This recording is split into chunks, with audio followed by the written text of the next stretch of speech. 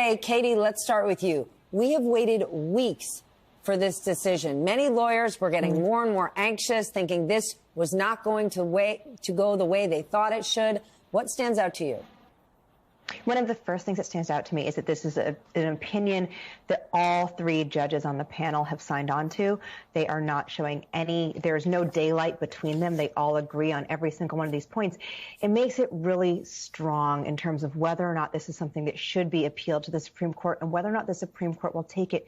They've also put in a timing mechanism for Donald Trump. He can't continue to draw this out. They're saying you either need to appeal to the Supreme Court in the next few days, or you need to say you want to bring this to the entire appeals court here in Washington, D.C. If you take the latter option, that's fine, but the trial can start in February. So they're really putting a shot clock on this and saying no more foot dragging. But again, this is a strong opinion. They agree on every point. They knock out every single one of his arguments in lockstep. And it's the kind of thing that feels airtight. So if you're the Supreme Court, you could look at this opinion and say, you know, I don't think there's much more for us to do here. There's not a big question to be answered that hasn't been answered fully by this panel.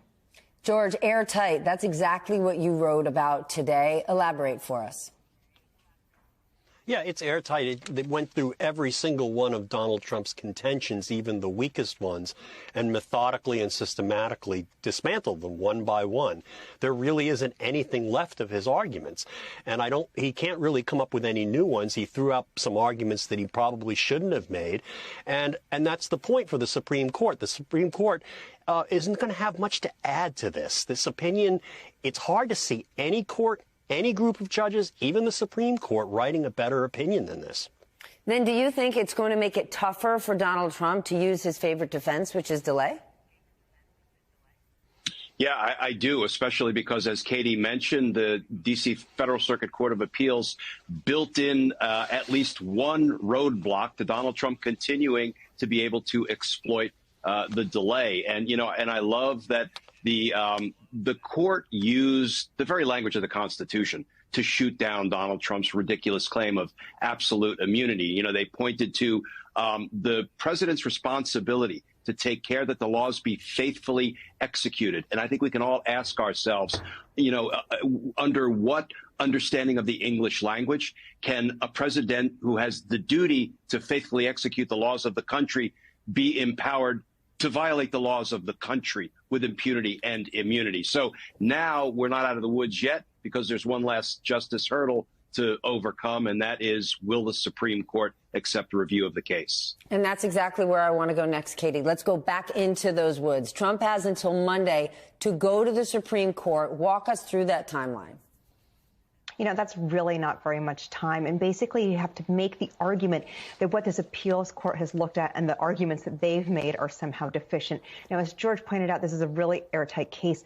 And I think that one of the things, you know, we've been thinking about, why is it taking this court so long, this panel, to come out with their ruling on immunity? I think one of the things they wanted to do is they wanted to address serious questions that could leave this open to Supreme Court review. And one of them was whether or not there was venue at all, whether or not this court should be weighing in on acts. And there were some technical things in the ruling that I don't want to get too in the weeds on, but one was simply whether or not courts should be reviewing presidential acts at all. And then another was whether or not it was appropriate for the court to weigh in on a question basically before the trial had ended and a jury had come up with an opinion, which is when decisions are usually appealed, whether it was okay to do that in process. And one of the reasons they take both of those things so seriously is those are questions that the Supreme Court might want to weigh in on. And particularly in the case of whether or not courts can even review presidential decisions at all. They make a really important distinction. I'm sorry, I don't want to go on too long. They make an important distinction, though. One is that there are two types of presidential acts. The first is policy matters. Of course, courts don't really weigh in on this, kind of putting to bed this fear that Donald Trump brings up, that if you can accuse a president of a crime, presidents won't be able to make policy decisions. The second, though, which is called a ministerial decision. A ministerial decision is basically, are you doing the part of the job that says you're upholding the law? That is not up for debate. It's something that really speaks to separation of powers. If you're not upholding the law and the courts can't tell you you need to, why even have lawmakers? Why even have Congress if the president can throw out the laws? And that's what this case deals with. So they've really gone into his arguments. It's going to be difficult, I think, for Donald Trump's lawyers to show how the Supreme Court still has something to grasp onto here. George, I see you nodding. You agree? Yeah, absolutely. I agree. And there are a couple more aspects of the opinion that are worth noting. One is that makes it more bulletproof against Supreme Court review is that they narrowly framed the decision. They narrowly framed the circumstances, the balance that they used to determine whether or not there should be immunity in terms of the actual case involved here, that it involved not a current president, but a former president, and equally important, that it involved a former president's effort while president to maintain himself in office contrary to the Constitution. And basically, when they put together that balance, they basically said, well, if you allow this to happen, then there's no check on a president, and that a president can basically arrogate to himself the right to stay in office forever, and that can't possibly be something that the court could support. George, Donald Trump was fundraising off of this less than 3 hours after it came out. You know Republicans, you know Republican donors very well. Are they going to keep donating for legal fees, right? Like, I'm thinking if I was a donor of a politician, I'd like to think that my dollars are going to bumper stickers and signs and rallies. Are Republican donors going to keep giving him money that's going to be handed to lawyers? I mean, that's hard to know. I mean, they have in the past, and you see some of these solicitations. I happen to still get some of them. It's amazing how stupidly they view. I mean, how stupid they think their donors and voters are. But alas, that's what we have here. And I think that the large donors are giving up. I mean, that's why you see the RNC running so short on cash. But Donald Trump seems to be able to suck up all of the small donors, and that's not good, frankly, for Republicans elsewhere on the ballot. Katie, is it fair to call this a win for Jack Smith, even though the case has been delayed and time is a huge problem here? You know, I think that anything that pushes this case closer to the day they can start doing jury selection is probably a win for Jack Smith. Also, interestingly, it's another instance in which Donald Trump's own words are being used to show why he is wrong. So Jack Smith does that in many, many of his filings. He cites Donald Trump's own language, own words, and own assertions to show why later he then did something he should know is wrong. And even here, the appeals panel finds an instance of that where they say, you know, in his own impeachment hearing, Donald Trump's own lawyers say, if you're looking at his actions around January 6th, and if you want to decide whether or not what he did around January 6th is correct, impeachment is not the right venue. The courtroom is the right venue. They even say that then during his impeachment hearing. So here he is again. So, yeah, I think this is probably a win for Jack Smith. Glenn, some say that this ruling is a sign that our justice system will not allow Donald Trump to pursue a more authoritarian vision without checks and balances if he wins in November. Are you as hopeful? I'm guardedly optimistic. I think it's a sign that the rule of law is being prodded into wakefulness and applied to Donald Trump as it should have been all along. And I hope, Steph, that the Supreme Court decides not to accept this case for review, because I feel like it's a near certainty that they will agree with the ruling from the 3-judge panel. And they really don't need to accept this case for review to simply render an opinion that says we agree. The only thing they will accomplish in real terms, if they accept this case, is delay, and the delay could be considerable. You know, I'm not a betting man, but I do think the smarter money is riding on the Supreme Court letting this one go, leaving the appellate court opinion intact, returning it to Judge Chutkan, putting it back on the trial track, and, you know, let's get this justice show on the road. George, let's widen the scope a little here. Has a party ever had a worse day in modern history? Just think about today. Republicans' leading candidate got crushed in a serious legal case. Their new speaker went down on 2 bills in the House, and the head of the RNC could likely be on her way out, and the Senate is blocking its own border bill. It's absolutely amazing. I mean, that's a quadrifecta, I think. And it just goes to show you the damage that Donald Trump has done to this party. I mean, he's basically now going to be, he's the front runner to be the nominee for president. He's under indictment with 91 counts. He doesn't have immunity. He's losing in court. He loses to E. Jean Carroll. He loses to Jack Smith. He's going to lose some more. And meanwhile, there is no agenda in the Republican Party. There is no belief in anything. It's all about trying to obstruct positive changes, including things that they've asked for in the immigration bill, in order to create issues for a campaign which they're not raising much money for, and they don't have really great prospects if Donald Trump is continuing to lose and continuing to faces a trial this summer, which I think will absolutely happen in the January 6th case. Glenn, there's another topic I want to ask you about. I know we're going to get into it later in the program. It's Jennifer Crumbley. She was found guilty of involuntary manslaughter in her son's school shooting. How big a deal is this verdict legally? You know, on the one hand, it's significant because, as you say, you know, a parent hasn't previously been held accountable for a mass shooting perpetrated by a son or a daughter. On the other hand, you know, it's not that unusual that we hold folks accountable for homicides who don't necessarily pull the trigger. We hold aiders and abettors accountable, even if they didn't pull the trigger. We hold co-conspirators accountable, even if they didn't pull the trigger. I think it's wonderful that they are expanding liability in this way, because maybe it will have some deterrent effect, but it really feels like we continue to refuse to go to the crux of the problem, which is guns and weapons of mass destruction, assault rifles, and expanding liability is helpful, but I don't know that it will end up preventing future mass shootings. All right, Glenn, thank you so much. Katie, George, thank you as well. As I said, a busy night. In a critical verdict, a parent is being held criminally responsible for their child's deadly school shooting. A Michigan jury found Jennifer Crumbley guilty of involuntary manslaughter. My colleague Maggie Vespa has the details. Tonight, an unprecedented verdict. We find the defendant guilty of involuntary manslaughter. Jennifer Crumbley found guilty on 4 counts, 1 for each student her son killed, leaving the courtroom in handcuffs as the first parent in the U.S. ever convicted for their role in a mass school shooting committed by their child. The jury forewoman speaking out to NBC News.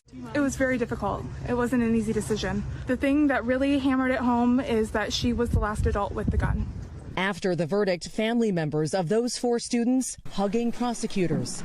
The moment you heard the verdict, what went through your mind? Well, that I can breathe. Craig Schilling lost his 17-year-old son, Justin. He loved life and he deserved to live it.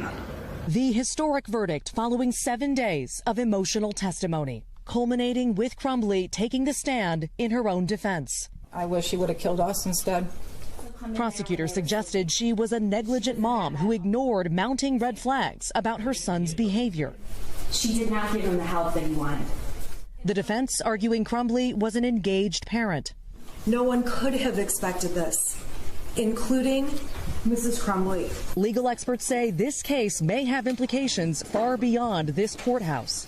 Does this open the door for parents to be held accountable for mass shootings, school shootings in the future? It absolutely does. I believe this will be used as persuasive precedent. But for Steve St. Juliana, it's simply justice for his 14-year-old daughter, Hannah. Anything you want to say to the jury? Just thank you for using common sense. I want to welcome my friend Fred Guttenberg. He lost his beautiful 14-year-old daughter, Jamie, in the Parkland shooting almost 6 years ago to the day. Fred, when I invite you on TV, it's usually not with good news. So I want to get your reaction tonight. When you heard this verdict today, how did it make you feel? I think you're muted, Fred. I hear you now. I hear you now. Okay. All right. No, listen, this verdict today, I can't say it gave me satisfaction because you can't remove it from what happened, but accountability matters. You know, listen, Stephanie, when Jamie was born 20 years ago, we had 200 million weapons in America. Today, 20 years later, we are over 400 million. We now have more guns than people. And when you look at school shootings, 76% of them are done by kids who get their guns from inside the home. We can't change the fact that there's 400 million weapons on our streets, but we can start holding those responsible, the parents, for allowing their kids to get the access that caused this kind of carnage. Parents need to know you have a responsibility to lock up your weapons. And if you don't, and if your child kills somebody, you will also go to prison. Do you feel that today's decision is going to change parents' behavior? I mean, even think about the way when you and I were in high school, right? And the way underage drinking took place in people's homes, how that's changed because parents today know that they're liable if that happens in their home. Do you think this verdict is going to change parents' behavior? Not overnight, but it's a start. Listen, we as a country have to treat our relationship with guns differently from this point forward. I'll say it again. We have over 400 million guns. The gun lobby, they got their way. 20 years ago, AR-15 sales were only 2% of guns sold. Today, they're 25%. Parents must change their behavior because the truth is we now live in a different environment when it comes to the numbers of these weapons that exist. And if parents don't change their behavior, then we must push Congress to pass something like Ethan's Law or other types of safe storage to ensure that parents that have a responsibility and will be held to account by the law if they don't. But put Congress aside for a moment. I know how hugely frustrating it is for you. Does it give you hope that behaviors are changing? I mean, what does it tell you that in Michigan, a gun-friendly state, a jury voted unanimously to convict this mother? Oh, no, listen. Stephanie, I think you know, having gotten to know me, my entire life going forward is finding hope that we can do better. And when I see moments like this, it does give me hope. Those were responsible adults. Some of them may have been gun owners who held this person to account. And that just tells me that gun owners and non-gun owners have had it, that they do want to live safely, that they do want their children to come home at the end of the day. And you know what? Parents, they also want to be able to come home from work to their kids. And so, you know, I think all day I've been thinking of my friend, Kristen Song, whose son Ethan was killed within the same month as Jamie because he went to play at a friend's home where a gun was left unsecured. She has been a warrior fighting for safe storage. I think, as you know, I'm a senior advisor with Brady. They have their entire End Family Fire campaign. We are going to continue working tirelessly to get this work done because your life or the life of someone you love may depend on it. And for me, that fight is worth it. And I am grateful for your work, Fred. You are working to keep my children safe after you lost your beautiful Jamie. It is good to see you. Thank you so much for joining me tonight. 6 years next week. 6 years next week. Horrible. Yeah. Thank you, Fred.